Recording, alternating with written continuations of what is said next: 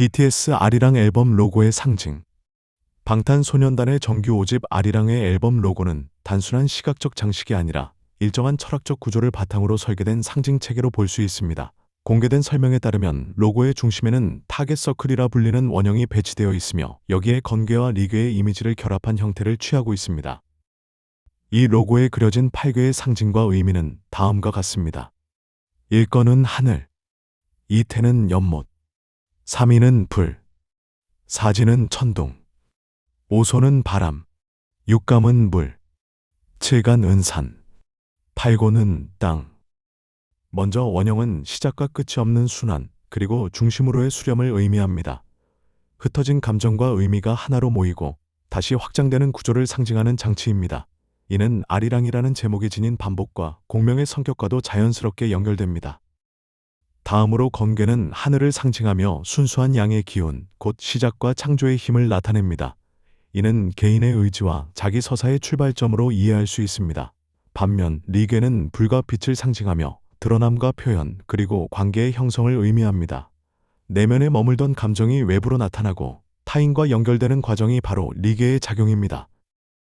이처럼 원형과 함께 건괴와 리괴를 배치한 구조는 개인의 감정이 시작되어 건 표현을 통해 드러나고 다시 하나의 공명으로 수렴되는 원 흐름을 보여줍니다. 여기까지가 앨범 로고에 대해 일반적으로 설명할 수 있는 상징 구조입니다.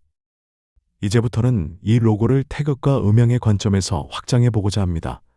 특히 태극기에도 동일하게 사용된 건괴와 리괴의 배치를 떠올릴 때 이 두 괴의 결합은 단순한 병치가 아니라 하나의 구조로 읽힐 수 있습니다. 태극기의 중심에는 태극 문양이 있고 그 주위에는 8개의 8괴 중 4개의 괴가 배치되어 있습니다. 많은 사람들은 태극기의 외형을 알고 있지만 그 구조 전체를 하나의 우주론적 문장으로 읽지는 않습니다. 그러나 태극기란 사실상 하나의 축약된 철학 도식입니다. 중심의 태극은 음양의 운동을, 사방의 괴는 서양의 사원소 공기, 흙, 물, 불과 같이 하늘과 땅, 물과 불, 그리고 변화의 원리를 상징합니다. 즉, 태극기는 단지 국가를 식별하기 위한 표지판이 아니라 우주와 인간, 질서와 운동을 결합한 상징적 문장입니다. 태극은 한국을 가장 압축적으로 보여주는 상징 가운데 하나입니다. 많은 사람들은 태극기를 떠올릴 때 붉은색과 푸른색이 서로 감싸며 도는 원형 문양을 먼저 생각합니다. 한국을 대표하는 기호로서 태극은 너무도 익숙합니다. 그러나 익숙하다는 이유만으로 그것을 제대로 이해하고 있다고 말할 수는 없습니다. 오히려 가장 가까이 있기 때문에 가장 깊이 보지 못하는 상징이 태극인지도 모릅니다. 우리는 그것을 국기의 중심에 놓아두고 매일 보지만 왜 하필 태극이 이 나라의 핵심 상징이 되었는지에 대해서는 길게 생각해보지 않는 경우가 많습니다. 태극은 단순한 문양이 아닙니다. 그것은 우주를 바라보는 하나의 관점이며 세계를 이해하는 하나의 질서입니다. 더 나아가 인간과 자연, 변화와 균형, 대립과 조화를 하나의 운동으로 읽어내는 사유의 형식입니다. 그러므로 태극을 이해한다는 것은 단지 한국 국기의 의미를 아는 데 그치지 않습니다. 그것은 한국인의 정신문화 속에서 세계가 어떻게 해석되어 왔는가를 살펴보는 일이며 한국이라는 공동체가 자신을 어떤 질서 위에 세우고자 했는가를 묻는 일입니다. 태극 문양을 보면 가장 먼저 눈에 들어오는 것은 둥근 원입니다. 네모가 아니라 원이고 끊어진 선이 아니라 이어진 곡선입니다. 이것은 우연한 선택이 아닙니다. 원은 시작과 끝이 분리되지 않는 형상입니다.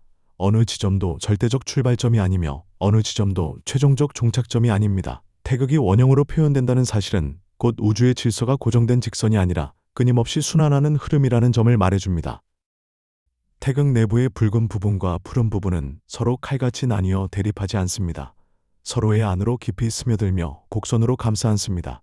이 구조는 음과 양이 완전히 절연된 두 실체가 아니라 서로를 조건으로 하여 존재하는 관계적 원리임을 보여줍니다.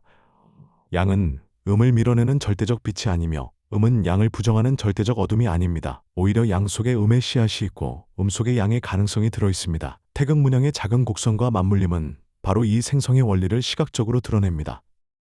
이 점에서 태극은 서구적 이분법과는 다소 다른 감각을 지닙니다. 서구의 일부 사유 전통에서는 선과 악, 정신과 물질, 주체와 객체가 비교적 분리된 항으로 설정되는 경우가 많았습니다.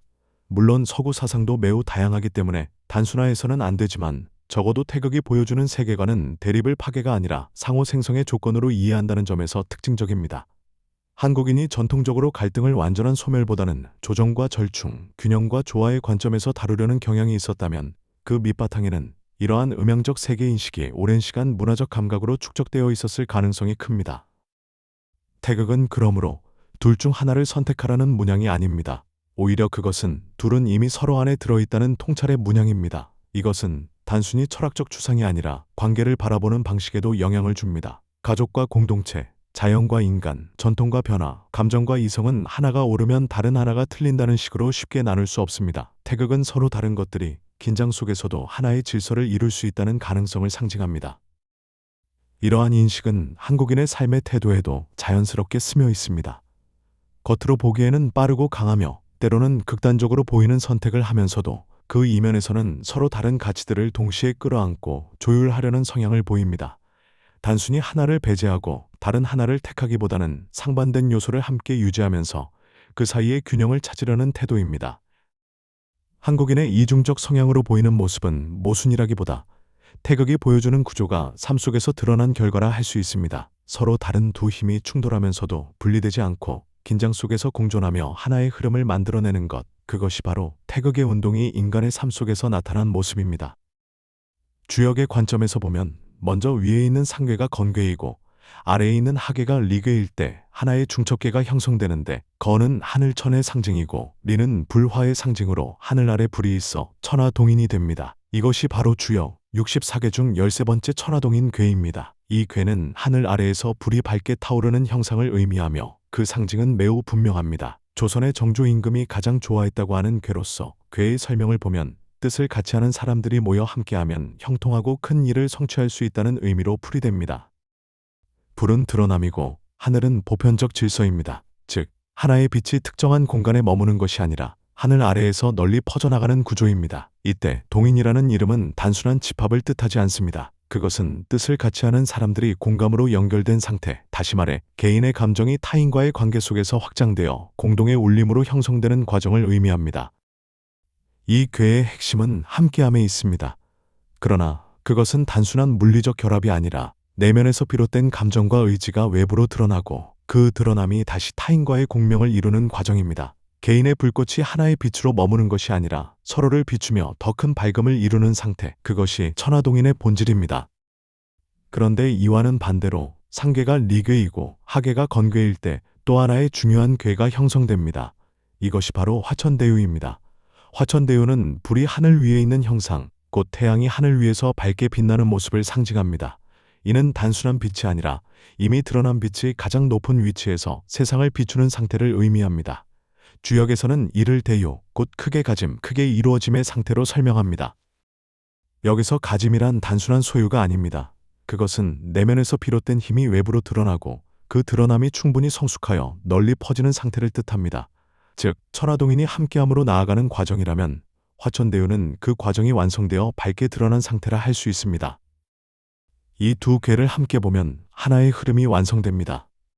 천하동인은 개인의 감정이 타인과 연결되어 공명을 이루는 단계, 화천대유는 그 공명이 충분히 확장되어 세상을 비추는 단계.